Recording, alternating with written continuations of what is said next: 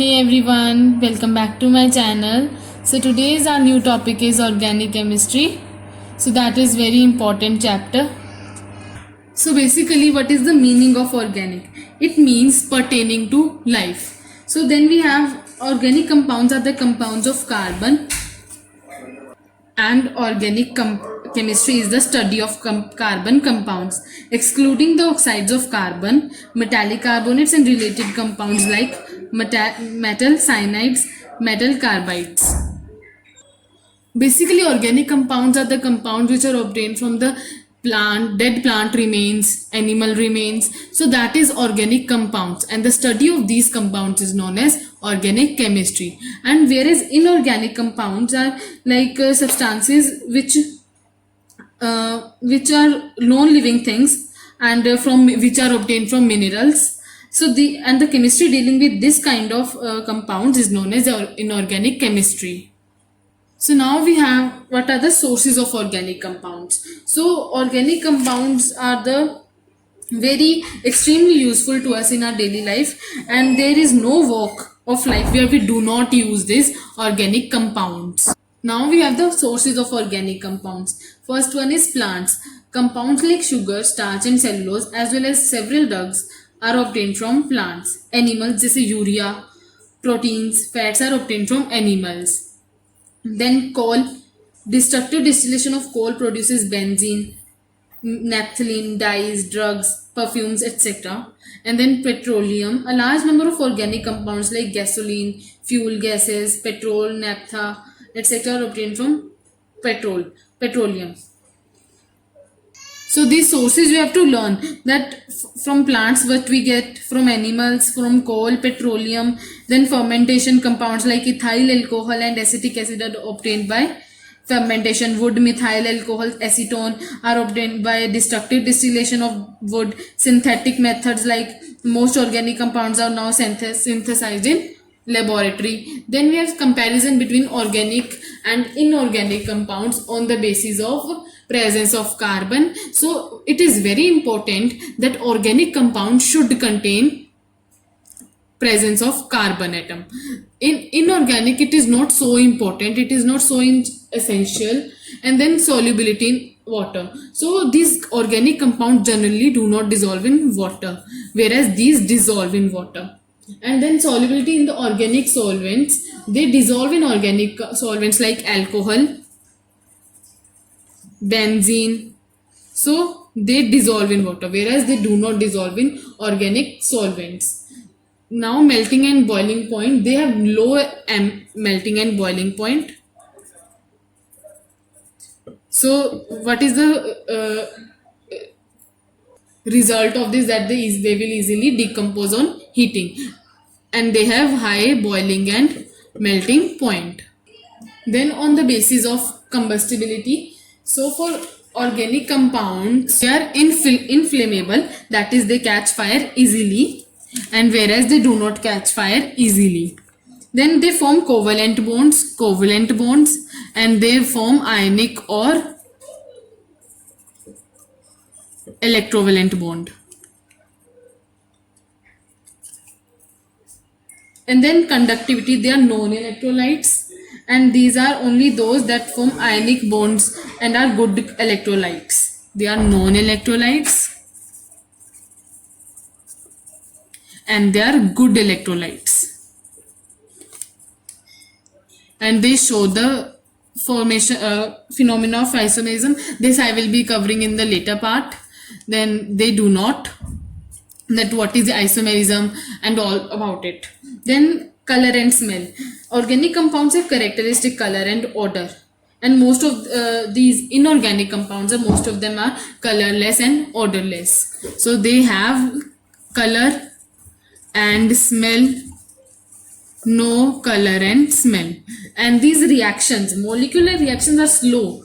Organic compounds are slow reactors, whereas these are fast, and covalent reactions are slow. Then we have some applications of organic chemistry. It is used in soaps, shampoo, perfumes, food, clothes we wear, eat, like carbohydrates, proteins. And there is no, I earlier also told that there is no walk of life where we do not use these organic compounds. Then we have unique nature of carbon atoms. So first of all we have tetravalency of carbon atom. Tetra means 4 and valency means valence electrons.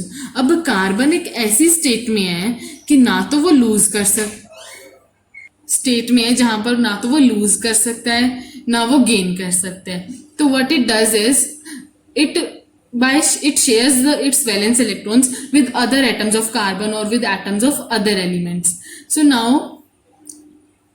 So ये मैंने आपको 4 bonds दिखाए हैं carbon के. यहाँ आप मैं hydrogen भी रख सकती हूँ. अगर मैं हाइड्रोजन लगाती हूँ जो कार्बन है वो एक बहुत ही फ्रेंडली एलिमेंट है. तो वो क्या करता है कि हाइड्रोजन है उसका बेस्ट फ्रेंड होता है. तो मान लो मैं यहाँ पे कुछ भी रख दूँ और ये खाली छोड़ दूँ तो आपने हमेशा यहाँ पे हाइड्रोजन लगा देना है because they both are their best friends. Now catenation. So this maximum catenation property is seen in carbon compounds whereas many other elements also do this. So carbon has a unique ability to form bonds with other atoms of carbon giving rise to large molecules. This property is called catenation. These compounds may have long chains of carbon, branch chains of carbon or even carbon atoms arranged in rings. In addition, carbon atoms may be linked by single, double or triple bonds. Compounds of carbon which are linked by some only single bonds between the carbon atoms are called saturated compounds. So this single bonds between the carbon atoms is the keyword of this definition. And then compounds of carbon having double or triple bonds between their carbon atoms are called unsaturated compounds. So no other element exhibits the property of catenation to the extent seen in carbon compounds. Silicon forms compounds with hydrogen which have chains up to 7 or 8 atoms only. So silicon forms the compound which have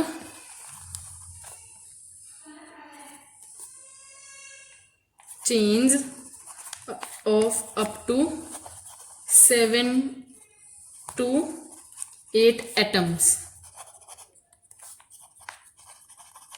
But these compounds are very reactive. The carbon-carbon bond is very strong and hence stable. This gives us the large number of compounds with many carbon atoms linked to each other. So now here you can see a long chain of carbon atoms, here branch chains, cyclic or ring, or you can closed chain you can say. So this symbol is denoting that this symbol denotes two single bonds. Compounds which are linked by only single bonds, earlier also I told, between carbon atoms are called saturated compound, and having double or triple bonds between the carbon atoms are called unsaturated compound. So now we have formation of single, double and triple covalent bond. So this is the symbol of single bond.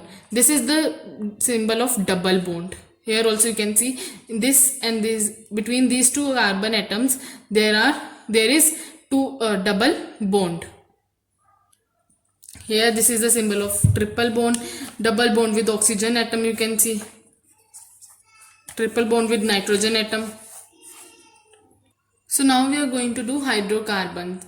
Earlier also I told you that carbon and hydrogen are very good friends. So the compounds that are made up of carbon and hydrogen atoms are called hydrocarbons. So hydrocarbons are subdivided into two main groups, the aliphatic and cyclic chain compounds.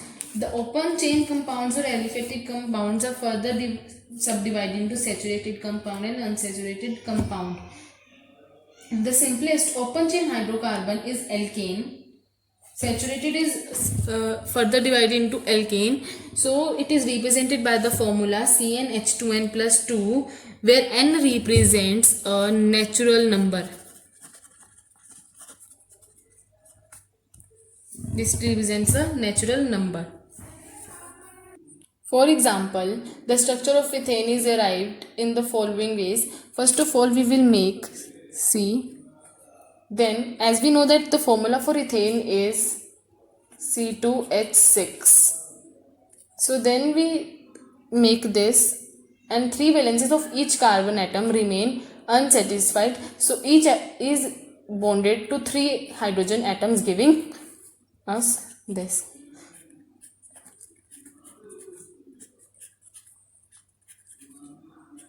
So now we can say that the formula for this is C2H6. Three valencies of each carbon atom remain unsatisfied. So each is bonded to three hydrogen atoms and thus giving this structure for ethane.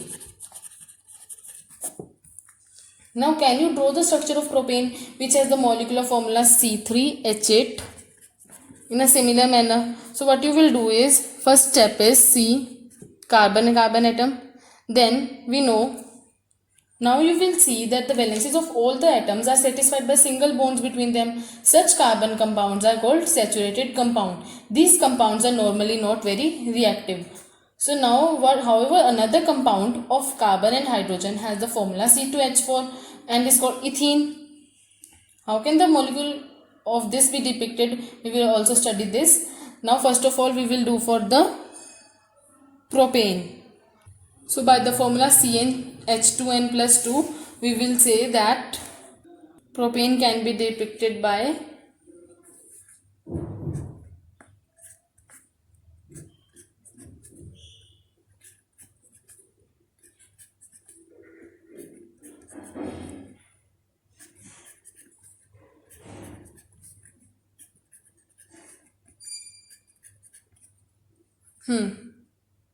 Now we will read about nomenclature. What is nomenclature? It is a system of assignment of names to organic compounds. System of nomenclature are trivial system and IUPAC, that is International Union of Pure and Applied Chemistry system. In these earlier days, the name of the compound depended on the source from which it was obtained.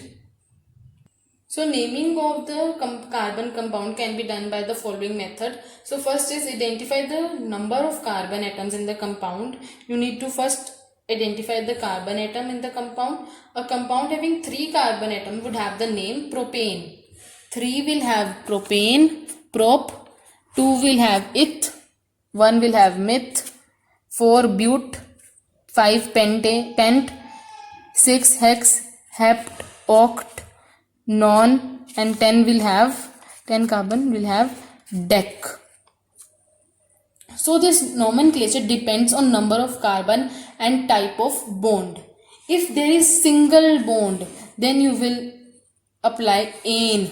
After see here how many carbon atoms? 2. So what we did is eth we apply here, and then what is the type of bond? 1 single bond, that is we will apply ane to it. Then here also you can see 1, 2, 3 carbon atoms. Then we applied prop and 1 single bond, so ane. Like this how you name the compound. In case a functional group is present, it is indicated in the name of the compound with either a prefix or a suffix. If the name of the functional group is to be given as a suffix, the name of the carbon chain is modified by deleting the final E and adding the appropriate suffix. For example, a 3 carbon chain with the ketone group would be named in the following manner. Like propane is E, propane, we apply E. So what it will be? Prop plus 1 will be propanon. Propanon. If the carbon chain is unsaturated, then the final ane in the name of the carbon chain is substituted by ene or ine. For example, a 3 carbon chain with a double bond would be called propene, and if it has triple bond, it would be called propyne. So now we are going to do is alkyl group. An alkyl group is obtained by removing one atom of hydrogen from an alkane molecule. For example, you can see here methane. Molecular formula is CH3, alkyl radical is methyl and structure for it is this. आप इसे किसी भी direction में बना सकते हो, ज़रूरी नहीं है इसी डायरेक्शन में बनाना है. उसके बाद मैंने एक एग्जांपल ली प्रोपेन की, where alkyl radical is propyl and molecular formula is C3H7. So basic formula of alkyl is CnH2n plus 1. Earlier also I told that it is obtained by removing one atom of hydrogen. So what I did is I removed one hydrogen. What I get? CnH2n plus 1. Methane में भी आप आगे देख सकते हो कि एक hydrogen atom एक में माइनस किया तो उसके अंदर CH3 हो गया. An alkyl group is named by replacing the suffix ane of the alkane with the suffix "-ile". All members of the alkyl group have an unpaired electron which is indicated by a line with no symbol attached. So for functional group I'll make another video. So for today it is enough. So thanks for watching, and do not forget to subscribe and like my channel, and do comment if you like the content. Thank you.